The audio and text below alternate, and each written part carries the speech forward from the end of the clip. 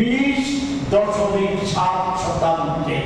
শুধু কৃষির উপর নির্ভরশীল মানুষের সংখ্যা, এবং এটা আমাদের রাজ্যে আরো কম।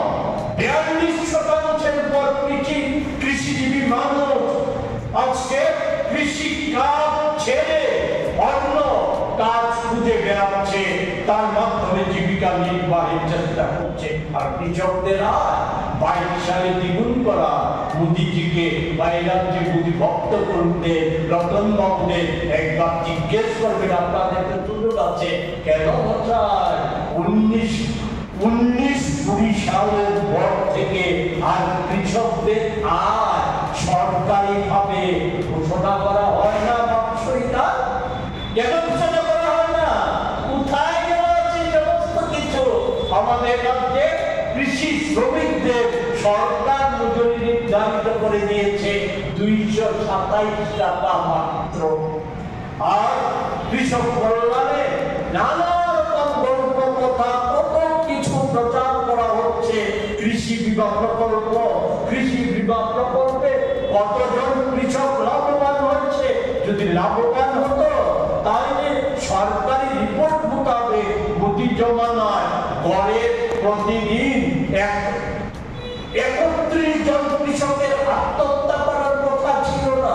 কৃষকরা লাভবান হোক বা না হোক, 5 বছরে আমাদের দেশের বীমা কোম্পানিগুলো কৃষি বীমা থেকে মুনাফা করে নিয়েছে সরকারের হিসাব অনুযায়ী 50,000 কোটি টাকা। আমাদের এই সময়ে সরকার 2,07,000 কোটি টাকা এমএসপির জন্য বরাদ্দ করেছে। ভালো কথা। ডক্টর স্বামীনাথন কমিশনের সুপারিশ, যেটা মোদী সরকার লিখিত দিয়েছিল 1 বছরের বেশি সময় 750 জনের বেশি কৃষকের মৃত্যু, লিখিত আন্দোলন, ধারাবাহিক আন্দোলন চলছিল। এই আন্দোলন প্রত্যাহার করার প্রশ্নে লিখিত প্রতিশ্রুতি ছিল, সেই তুলনায় এত কম কেন? সব বলতে গেলে কোন ফসলে কত কম, সব বলতে গেলে অনেকটা সময় লাগবে। শুধু চাল আর গমে বর্তমান সময়ে যেটা সবচাইতে বেশি আমাদের রাজ্যে প্রয়োজন, কারণ এখন সরকার ঘটা করে চাল কিনছে, ধান কিনছে কৃষকদের কাছ থেকে। গত 26শে জুলাই থেকে যে প্রসঙ্গে একটি কথা আমি পরে উল্লেখ করার চেষ্টা করবো, সময়ে যদি করবো।